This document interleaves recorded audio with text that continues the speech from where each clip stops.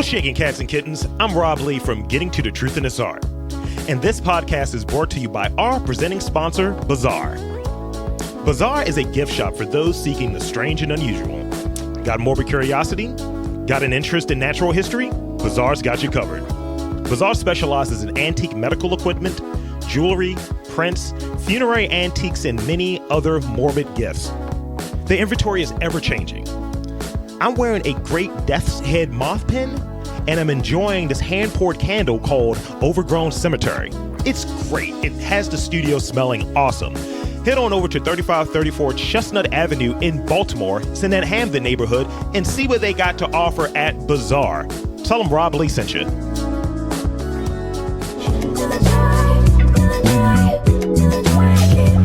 I feel good now. Welcome to Getting to the Truth in This Art. I am your host, Rob Lee, and today's guest is a musician, producer, visionary R&B jazz artist. We have John Tyler. Welcome to the podcast. Thank you for having me. I'm excited to be here. Very excited. Yeah, it's great to have that energy. Good way to wrap up the day. So this is definitely, I think, going to be part of this series I'm doing with people who are doing like music that has like some type of jazz influence to it. So this will fit right in with a little project I'm working on. Okay. So obviously I gave like a really 10,000 foot view of what you do. And I think it's better that the artists kind of present what their work is about and what they're doing. So if you would describe what your work is. I know you got started earlier, read about that a little bit, but let's talk about that a bit. Describe your work and describe what John Tyler is all about. Yes. So I would say John Tyler, my work is very retro, is very rock, is very jazz, it's very me. I like to bring in, I grew up in these different scenes. I grew up in the rock scene, the hip hop scene, the jazz scene, the alternative scenes. Yeah. And I kind of were like a chameleon of music and kind of soaked everything into like one thing, if that makes sense. Yeah. So yeah, I would just say my music is just everything. No, I dig it. I think, especially when you grab on it, because I'd be remiss. You're in your early 20s and you had a project out like when you were like 16, right? Yeah. My first project, it was called True Art, came out when I was 16. It's probably terrible now. It's probably very cringy, very offbeat, but yeah. I'm sure, like I got started at podcasting and I was like 24, right? And I've been doing it for 12 years. So that's, wow. You can do the math there. And I look back and I'm like, oh no, these will not see the light of day. But I think once you get to what your sound is and what your flow is or what your approach is, what's yours, what your version of it, then you're like, you know what? Maybe some of that was where I'm at, but some of it definitely was not. So I definitely get where you're coming from I've grown ultimately. I think that's what you're getting at. Yeah, I'm thankful for it because, without that early stuff, I wouldn't be where I'm at now musically and creatively. So I needed that, that start with that project, but it's still terrible. You will never catch me performing nothing from those projects. Oh, no B-sides, no early B-sides. Come on, man. I mean, that's what the people are going to come out for. See, what'll happen is I'll troll it and like, look, man, I remember this track, man. I got some leaks, man. So, oh man, I'll say in doing that parallel, because I look at what my creative expression is and I try to empathize with the artist on that level.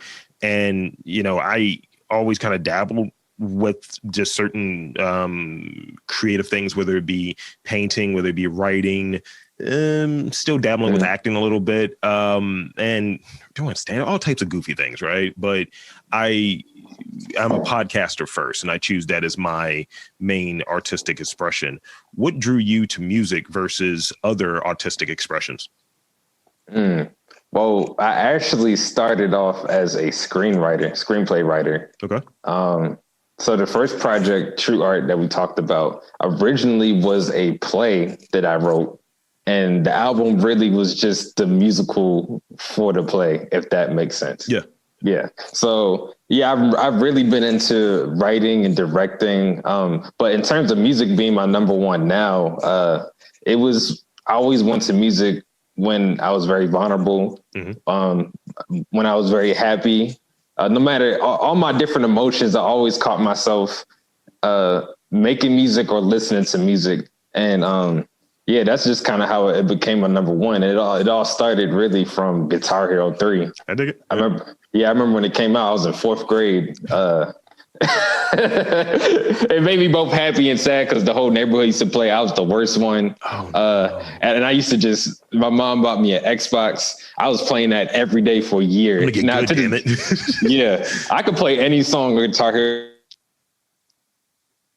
3 on X. Like that. That's how much I practiced at that game. And it kind of just turned into me playing like real guitar, and music is really just how I express myself. It's who I am. Yeah. I always think of this Hannibal Buress joke when someone mentions guitar, and it was just like he's like, yeah, I was playing Guitar Hero with this kid, and he's like, we're challenging each other, and the kid is going behind his back and between his legs playing the guitar. It's like I hit him with the guitar, and I was like, I'm done with this. Yeah, Hannibal is such a funny guy. Yeah, I'm actually, if I didn't do music, I would want to do comedy. I watch it a lot. That's part of my process. I get a fair amount of Hannibal comparisons, which is a thing. And I'm like, just because we're black, I can see glasses, it's a thing.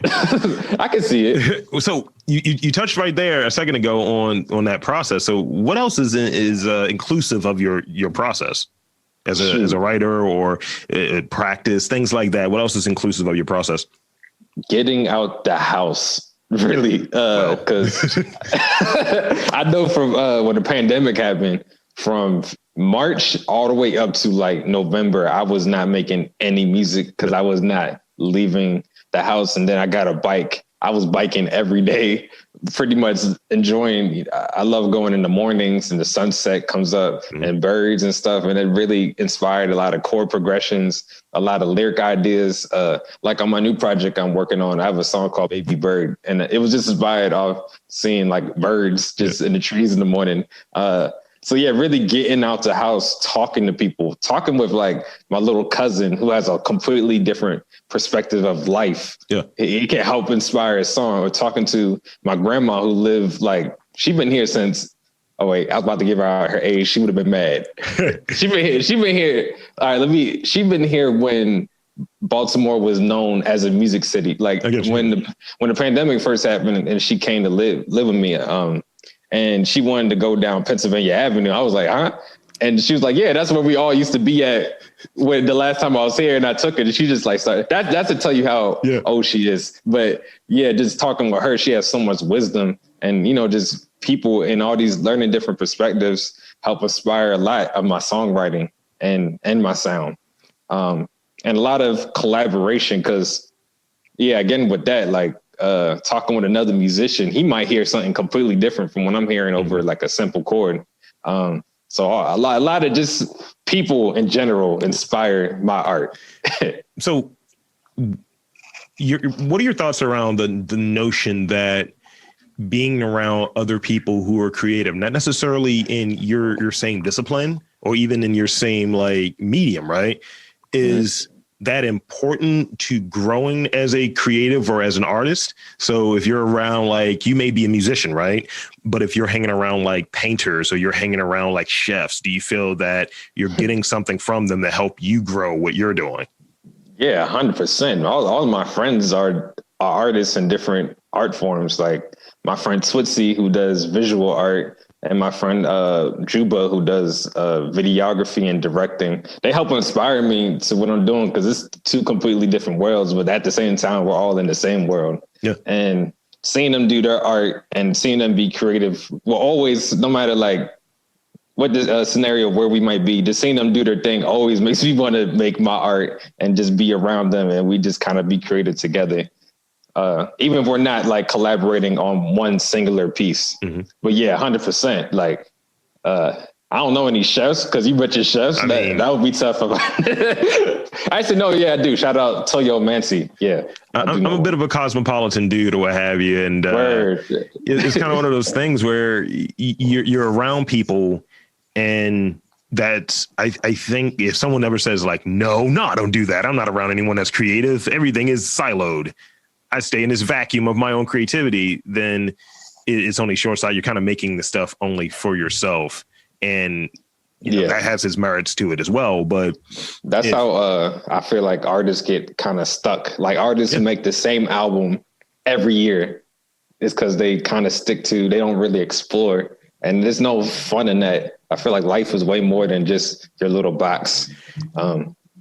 Yeah, I mean, one of the things that I get all the time, because I agree with that. One of the things I hear all the time, especially like in a professional kind of setting, right? It's like, yeah, you seem like you get bored with things. And I used to answer, no, give me the job, whatever. And now I kind of realize that I don't get bored with it. I am always looking for that next challenge. And that blends itself into what I try to do creatively. So like right now, I'm doing 3 different podcasts. So a movie review podcast, another one that's like current events, and they all have different timelines and different requirements and different challenges. Right. So like with this podcast, you're bringing in other people and you got to figure out how do you want to put out the episodes? Does it make sense to have this episode here? Oh, snap. It's Women's History Month. Let's get all of these episodes out. Oh, snap. It's Black History Month. I ain't got no white people going up on this month, and trying to work within that. And that's not something I had to do until like maybe 2 years ago. Wow. Yeah. So I was literally just record, put it out, record, put it out. Put it out, no matter what the timeline is. So for you, when you're creating something, how challenging is it to hold on to something like this would be great if it was out? It's like, nope. It's not ready yet. Still in the oven. How does that feel? Like the cookie is not hard yet. It's still gooey. How do you feel about when you're creating something you feel is just dope and you want to put it out there, but you need to wait? How do you feel about that? You know, I understand it. I love and I kind of hate it at the same time. Because I know, for example, in ending of 2018, I dropped a project called No Color, which was all about, my come up with racism and all of my experiences and a conversation about colorism. And no one at the time, I remember I did a show and this white lady came up to me and she was saying it was too much. She'd rather have something fun. And no one really cared until 2020. Yeah. And then that's when I was being asked to do all the protest performances. Of course. And it just I kind of hate that, you know, you kind of had to release things when the time is right, because not everything is genuine. So say like I dropped No Color last year, that probably would have took off on a whole nother level. Like, so yeah, you do have to think about that a lot because it can be, you know, the start of something or the downfall of something. Yeah. And one of the things that I kind of struggle with, and one of the other podcasts I do, Mastermind Team's Robcast, we get really provocative. We have a discourse on things, right? And sometimes it's like, all right, that was wild what you just said. And it's all said in fun, it's all said in humor and all of this stuff, right? So I'd imagine like if things are a little bit moving in a certain direction, it's like, all right, let's be mindful of where things are at. Let's be mindful not to maybe put this type of content in there, or, oh, someone is talking about this. This is the anniversary of this movie. And we spent half of this episode talking about this movie because we cover news and pop culture in that particular podcast. Let's put a post out there. Let's repost that episode, you know, just to kind of make it feel like it's relevant for that time.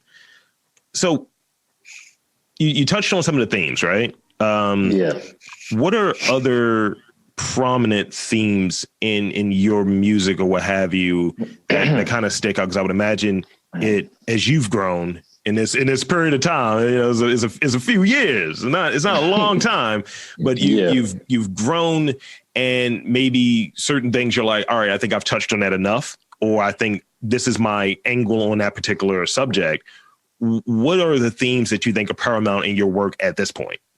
Yeah, well, to say things that I kind of grown out of, like that you said I touched on enough, that's definitely touched on like love relationships. Because I went through I dated this girl from 9th to 12th grade and we broke up and it was terrible. And I released the whole project about love. And after that, it's 18 songs. Oh my God. After I'm kind of done writing love songs. Yeah. But the main thing that you'll probably hear from like literally all my music is trying to prosper to my dreams and trying to find myself and to talk about things happening within the Black community, as far as like race goes, as far as our brothers and sisters dying, because I have 3 friends who passed away due to gun violence. And my last project, The Good Side of Things, touches it based on that, especially in the song Joy, which people don't really know. That song's very sad, but it sounds so happy that you would never know unless you was like reading the lyrics without the music.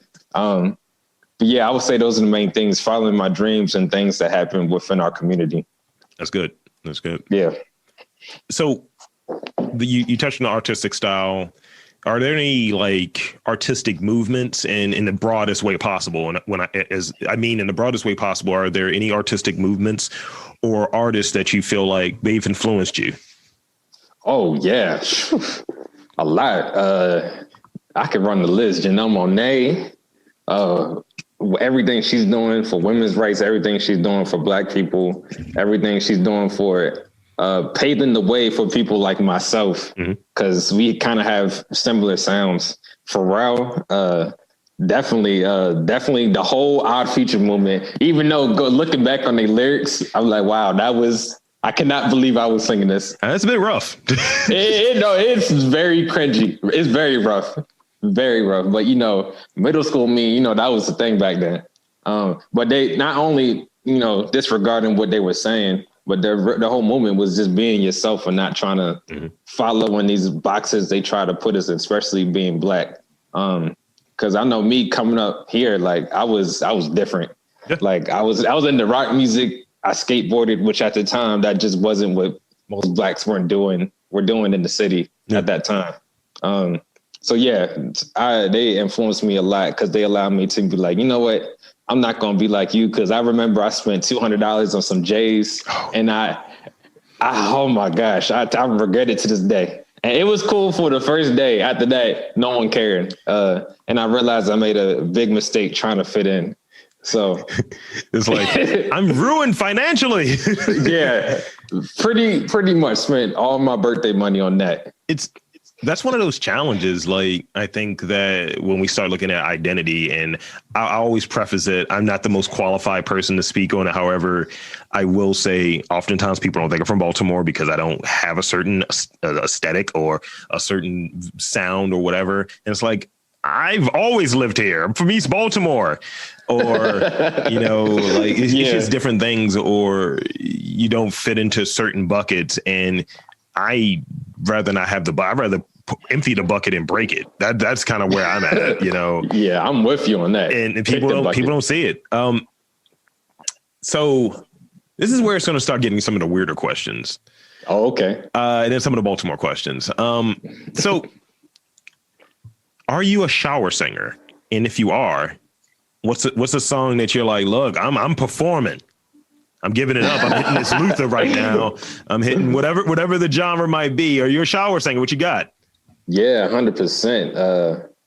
I'm mainly a shower thinker. Okay. Because being in the shower is like the only place where I'm not influenced by anything. Like the TV might go off, my phone might go off. I get notification on my laptop. Like it's the only place where it's like I have no technology. Yeah. It's just me and my thoughts. But if I had to choose a song, I'm definitely in the shower singing Stevie Wonder, Marvin Gaye, a lot of old school soul stuff. Okay. I'm real into that. Yeah. I mean, I sing memeable stuff though. You said memeable? Yes. It's like everything is a running bit for me. If I can like really go off, I like to do like old H-Town or Jodeci and do the whole, ooh, yeah. I like to do all of that. Oh, okay.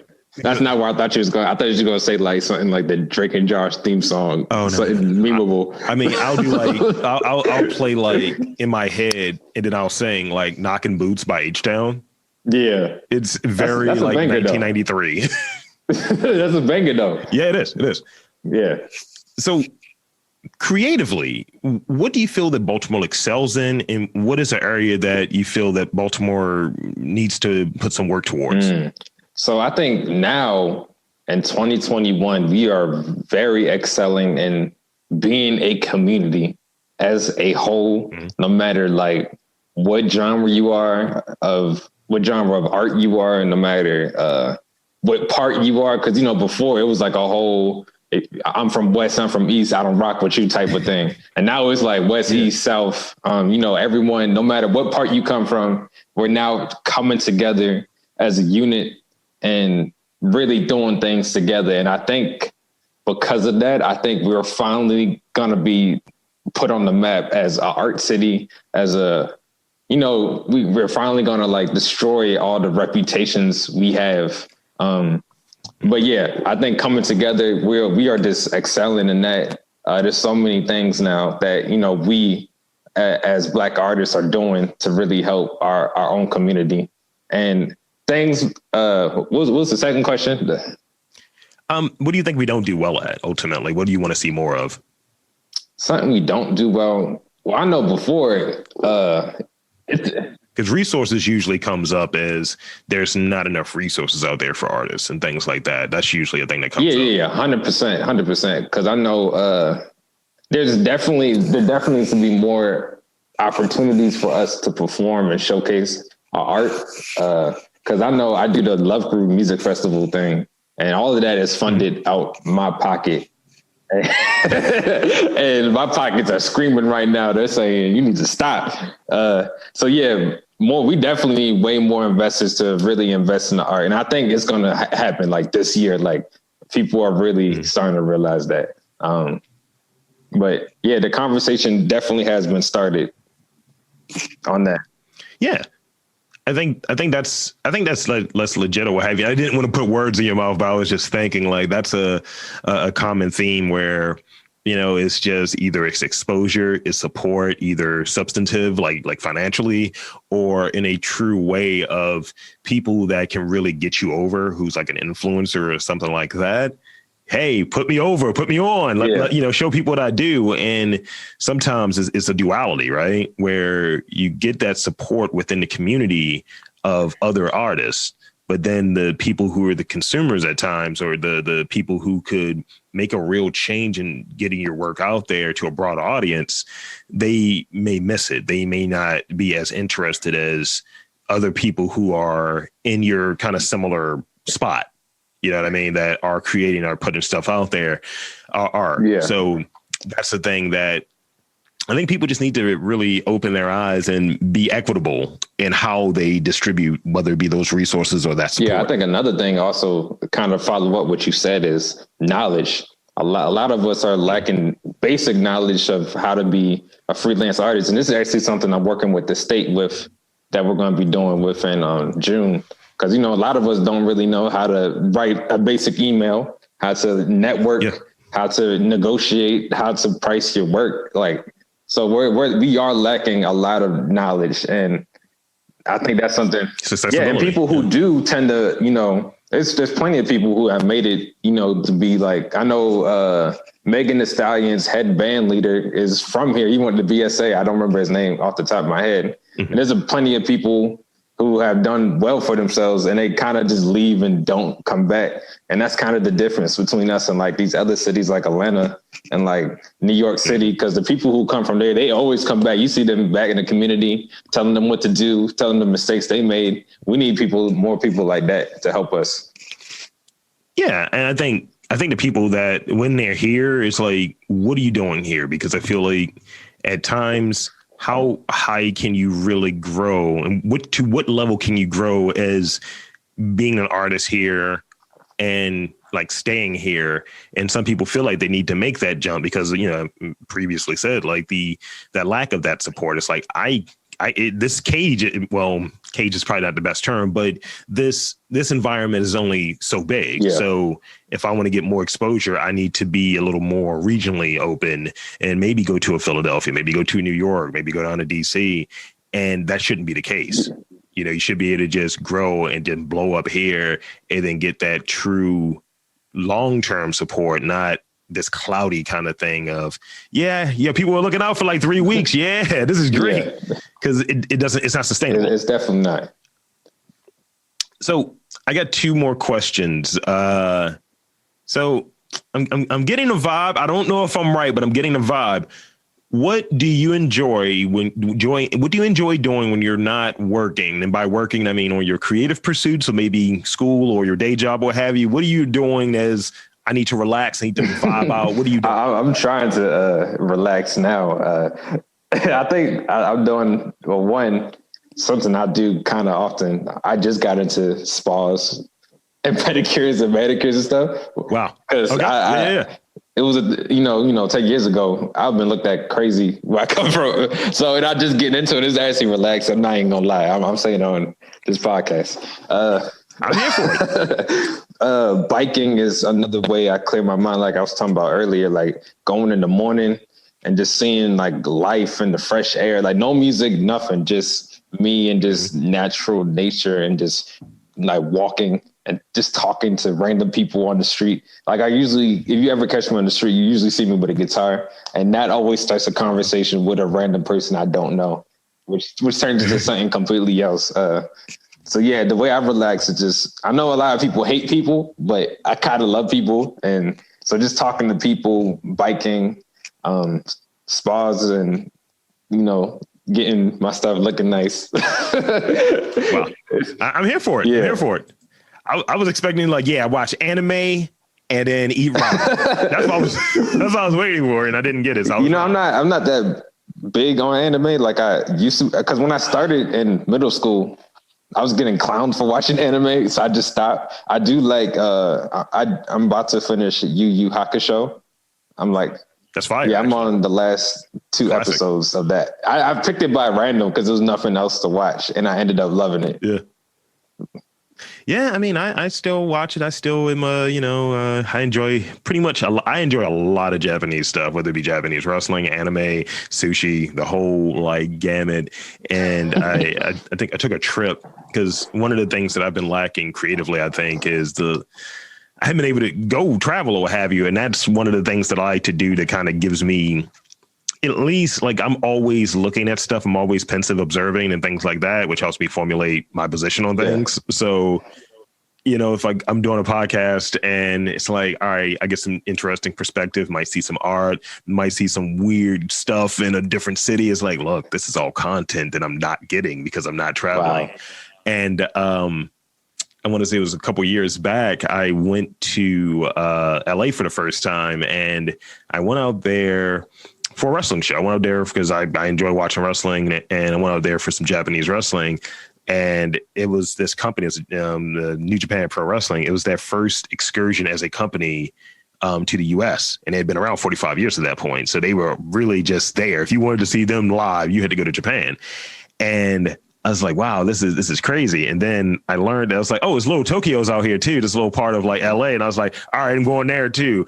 And then there was the anime expo. So this whole weekend I was just getting loose and it gave me so much content in terms of what to talk about, connections to make, and stuff to even like do a deeper dive into that kind of just kept, fueling it. And it was a distraction from just the regular stuff. It kind of is a reset for me. Man, that's dope.